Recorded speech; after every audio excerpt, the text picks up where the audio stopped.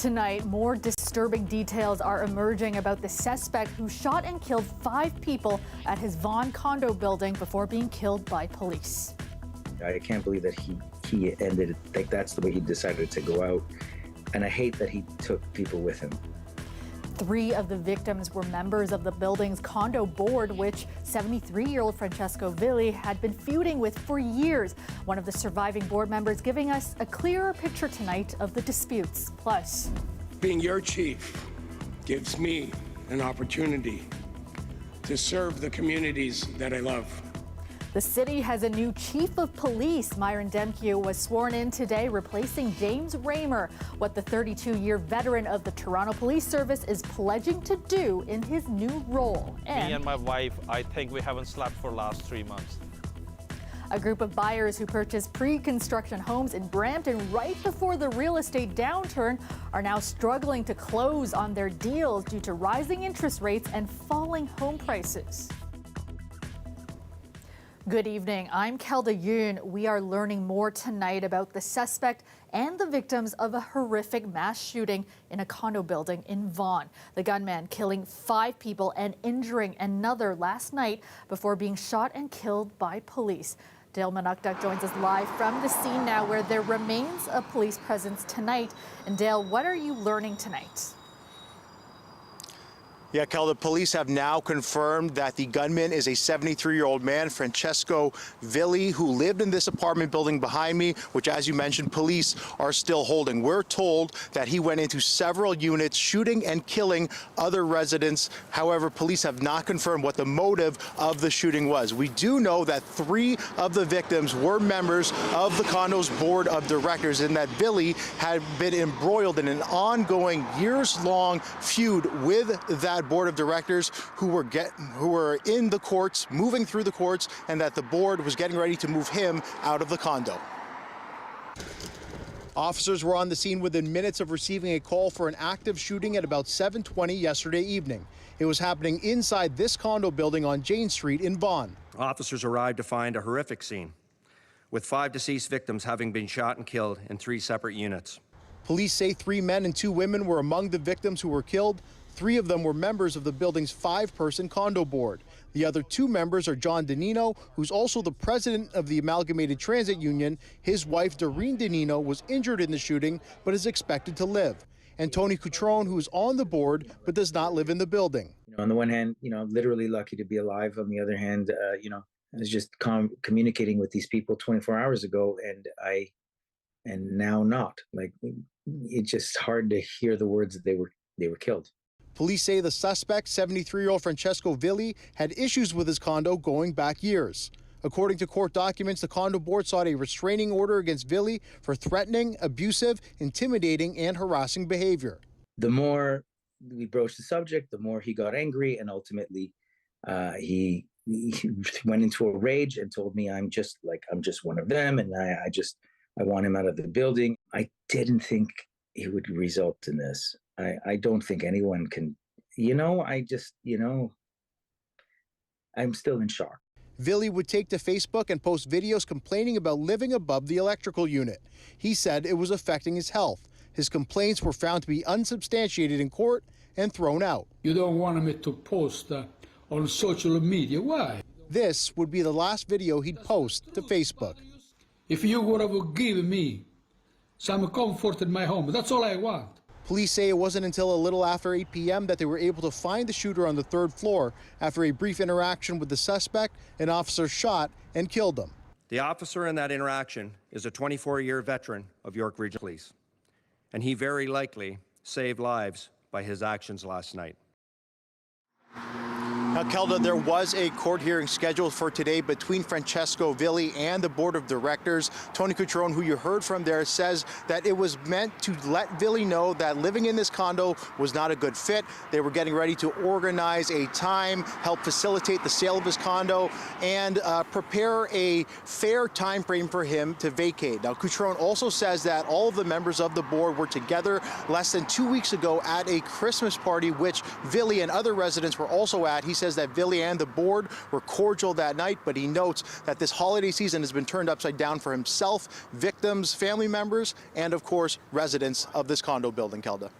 Thanks so much, Dale. That's our Dale Manukdug live for us in Vaughan tonight. Well, 6 people were hurt after being attacked on a TTC train today. The incident happened around 9:30 this morning on board a train at St. Clair Station. Police say the victims were attacked by a woman. Now, according to investigators, an off-duty officer was able to detain the suspect until officers arrived. The woman was arrested. None of the victims suffered serious injuries.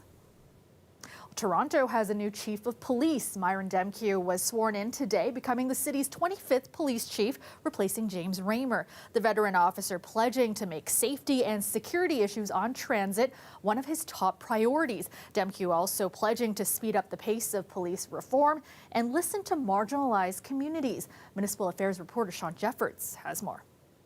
Ladies and gentlemen, Chief Demkiw.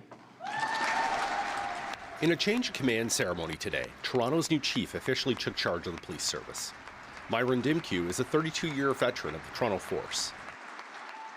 Becoming your chief is in many ways absolutely way better than any dream come true. Because being your chief gives me an opportunity to serve the communities that I love. Demkiw's remarks focused on trust, and he stressed that his job is to help rebuild it inside and outside of the service. The new chief says he has a plan to do that and will get started on it immediately. My promise is I will seek to understand the unique perspectives of our communities and our service, and will work with you to ensure my actions speak louder than my words. Mayor John Tory praised Demkiw as a respected policing expert who will continue efforts to change the service.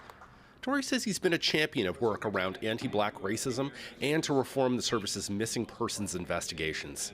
He understands that trust is a must. Trust is a must. It's not nice to have, it's not an option, it's a must. And that maintaining trust is as important as earning it. Demkiw takes the job at a time when the service has been criticized for not doing enough to address systemic racism or push forward needed reforms. Demkiw himself has faced criticism for his involvement in a women's bathhouse raid in 2000. He says today he's working to build bridges with the city's LGBTQ2S+ community. A number of things asked or discussed in those meetings, but one thing that came up was an issue of an apology. And I want to be very, very clear about this. I am absolutely prepared to do an unreserved apology. But now the time is for me to listen and understand what that apology should be. But some vocal critics of the service, like former Toronto Mayor John Sewell, says Demkiw's apology should be pretty straightforward. I think what he's got to first saying, I made a mistake. I did something I shouldn't have done, and the police force should not have been done. I think that, rather than apologizing, just say, it was wrong. I made a mistake. Sewell says beyond the apology, it'll be hard for a veteran officer who came up through the force to be an agent of change. We've got a trust issue with you guys. This is a problem. So just hiring somebody who's been there for 30 years or more, he's got a long row to hoe if he's going to actually make some change, and it's change that we need. Demkiw was hired after a multi-year process to select the new chief. He'll serve a 3-year term. Sean Jeffords, CBC News, Toronto. Let's go to Dahlia Ashry now with a first check on your forecast in Dahlia. It's a pretty chilly one tonight. That's right, Kelda. It was also a chilly one earlier today. We had quite strong winds that we were seeing across the city, and that's what was making it feel bone chilling, making it feel more like -5, although we were sitting what felt like around seasonal temperatures. Now tonight we are going to see a little bit of flurries, and then as we head into tomorrow, a little bit more of that. And then there's a little bit of sunshine on the way, but then a big storm that is on its way as well. So daytime high in Toronto, 1 degree, a little cooler out in Kitchener and London, -3. Like I said, had strong winds across the Golden Horseshoe, really. Now, there is that low pressure system that is moving in. It's really going to move in strongly towards the end of the week, and we're going to see a drastic change in weather, which is what is anticipated. We're seeing snow potentially towards the end of the week, around Thursday, heading into Friday, which we'll talk about more later. As for tonight and tomorrow, it's more so the flurries is what we are keeping our eyes on. And also strong winds will be continuing overnight tonight and into tomorrow and the next few days as well. Temperatures will drop tonight. It will be a low -6. Again, with that wind chill, it'll feel more like -10. Tomorrow afternoon, 1 degree, but don't let that sunshine fool you because there is some expected flurries on the way. Thanks so much, Dahlia. Ontario is launching a $200 million grant program to boost new childcare spaces in the province, with the goal of providing $10 a day childcare by 2025. As of January 1st, parents using childcare and early learning facilities will see an average 50% reduction in fees. Some people have said they're going to be able to afford Christmas presents for their kids because of these fee reductions. But really, really important. Affordable childcare also means that women in Ontario do not have to choose between their career and their family. The province committed in its $10 a day deal with the federal government in March to create 71,000 new childcare spaces by 2026. There are 53,000 spaces left to be created. And meanwhile, the reduction in fees is expected to save parents between $6,000 and $10,000 per child. Steadily rising interest rates over the past 9 months have turned Canada's real estate market upside down. Mortgage rates have skyrocketed, home prices have fallen, and sales are drying up. Now, for a group of home buyers in Brampton, this perfect storm has come mid-transaction. The buyers say dozens of people who bought pre-construction homes in the same development are now struggling to close the deals because they can't get financing. Ryan Patrick Jones reports. These homes are set to be completed next year, but many of the people who agreed to buy them may never get to move in. We are in a difficult situation. We are not even sure if we will be able to close this property or not. The house Malasetti agreed to pay $1.9 million for in October 2021 is now being appraised at $1.6 million. That's the amount a bank would give her a mortgage for. She'd have to cover the difference. We are not able to eat, we are not able to rest, we are not able to do anything. How are we going to close, and what happens if we don't close? What are the bad effects? Buyers who can't close could lose their deposits and be taken to court. Malasetti is one of 8 buyers CBC News spoke to, all in a similar situation. Many who are pre-approved for mortgages can no longer pass the federal stress test. Those that can are being offered hundreds of thousands of dollars less than their purchase price from lenders, or monthly mortgage rates they can't afford. Me and my wife, I think we haven't slept for the last 3 months.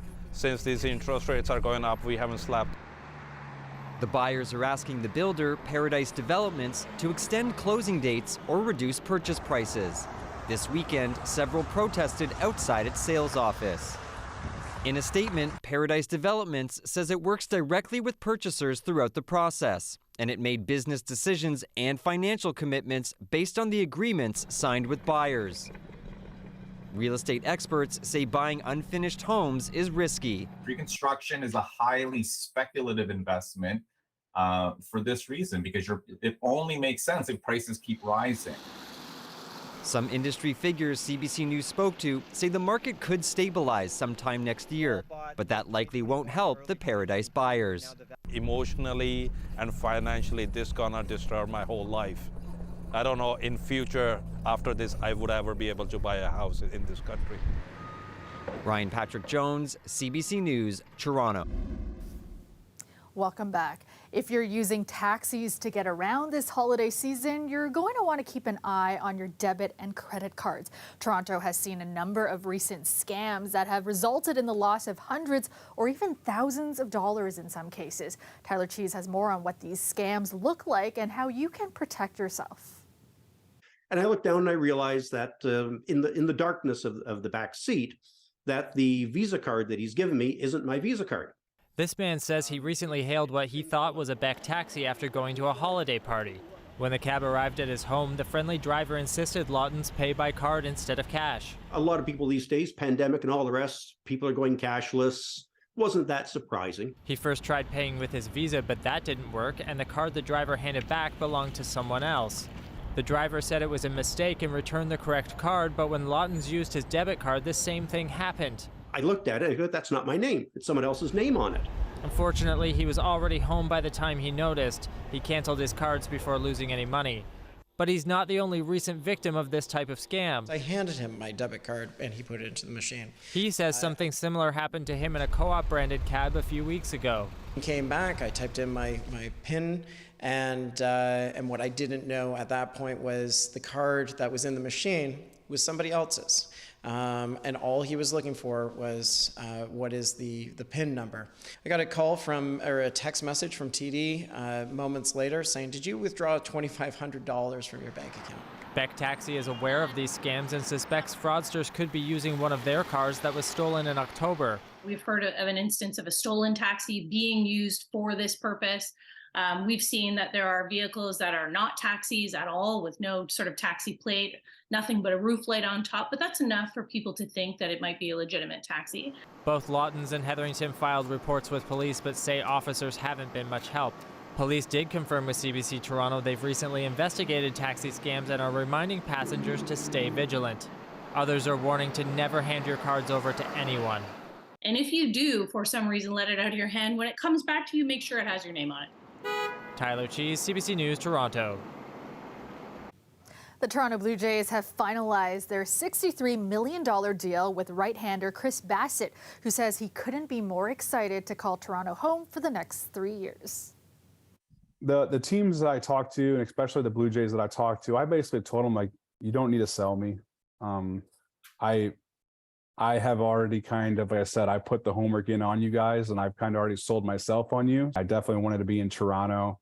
I knew the players. I understood the living situation. Like, I love the city of Toronto. The 33-year-old Bassett was 15-9 this year for the New York Mets, setting career highs with 30 starts and 167 strikeouts. The all-star right-hander gets a $3 million signing bonus and salaries of $18 million next year and $21 million in 2024 and 2025. Today's Toronto Maple Leafs practice had some special guests in the audience today. Patients from Sick Kids spent the day with players, first watching them on the ice, then making some holiday treats together. It's a Christmas tradition that dates back to the 1920s.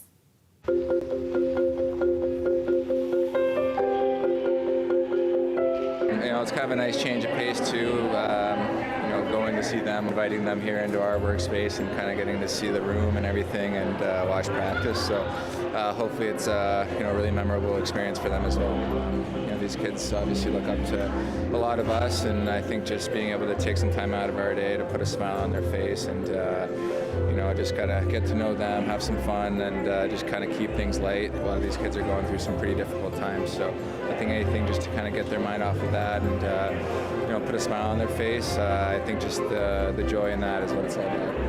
I like that down there. I like the button. For me to be here to, just like I said, try to brighten their day up, have some time away from what they're going through, especially during the holidays, means a lot. And like I said, the connection between Sick Kids and the Maple Leafs is a long relationship. That's something we care deeply about and is really important to us. So it's great to have the opportunity to spend some time with them and just enjoy their company.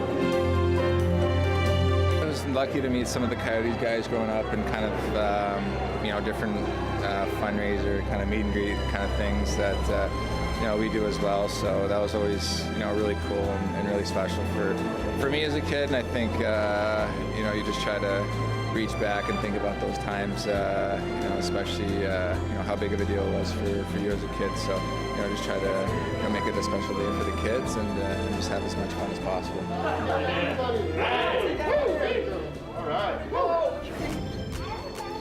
And you are looking at a live shot of the Toronto skyline. Partly cloudy tonight and a cold one in the city. Currently it's -2, but feeling more like -8. Dali Ashery will join us after the break with a look at your extended forecast. Stay with us. And let's go back to Dahlia Ashry now with a final look at your forecast. And Dahlia, another cold one tomorrow with some snow later in the week.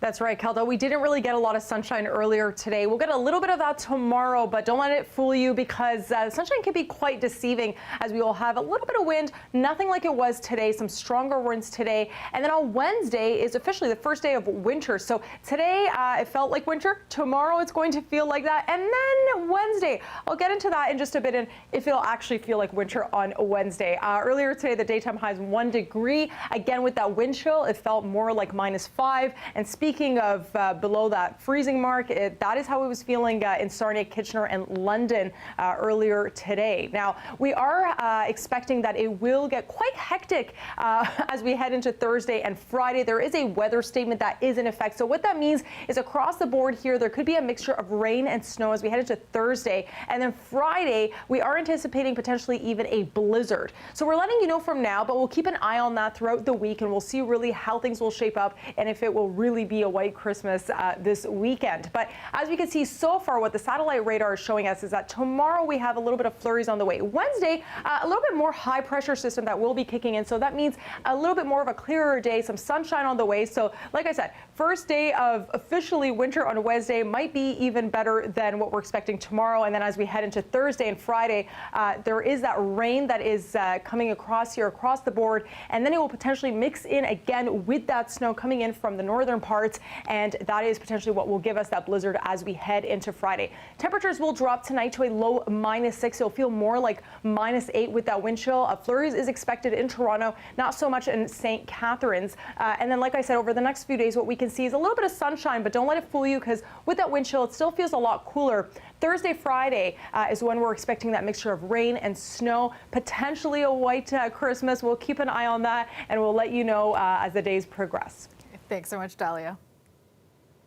Finally tonight, Santas were out in force in Italy over the weekend, but they weren't gliding along in the snow in sleighs. These Santas were gliding along the water in boats and gondolas in Venice. It's the 12th year for this Christmas parade along the canals with specially decorated boats and suitably festive Santa outfits. There didn't seem to be any Santas showing off their water skiing skills, but there were lots of the jolly bearded fellows having a grand old time. And that is our show for you tonight. Thank you so much for watching. I will see you back here tomorrow night at 11. Have a great night, everyone.